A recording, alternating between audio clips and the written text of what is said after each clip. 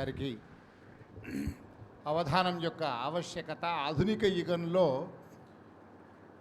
కృత్రిమ మేధ కన్నా మించినటువంటి మేధ అవధాన విద్య అని వారు తమ ప్రసంగం యొక్క సారాంశంగా చెప్పారు. అందుకే ఆవశ్యకం, దానికన్నా ప్రాధాన్యత దీనికి ఇవ్వాల్సిన అవసరం ఉంది, దీన్ని పరిరక్షించుకోవాల్సిన అవసరాన్ని కూడా వారు నొక్కి చెప్పారు. ఇప్పుడు దత్తాత్రేయ శర్మ గారు అవధాన విద్యా వికాస పరిషత్ వ్యవస్థాపకులు, గురుకుల విద్యాలయ సంస్థ పూర్వ ప్రధానాచార్యులు.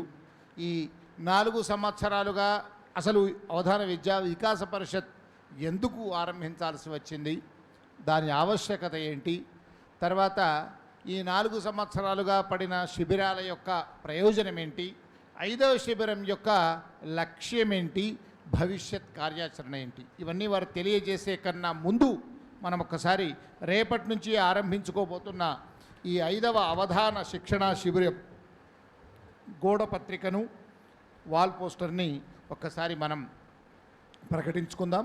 అటు తర్వాత దత్తాత్రేయ శర్మ గారు ఈ వివరాలు తెలియజేస్తారు.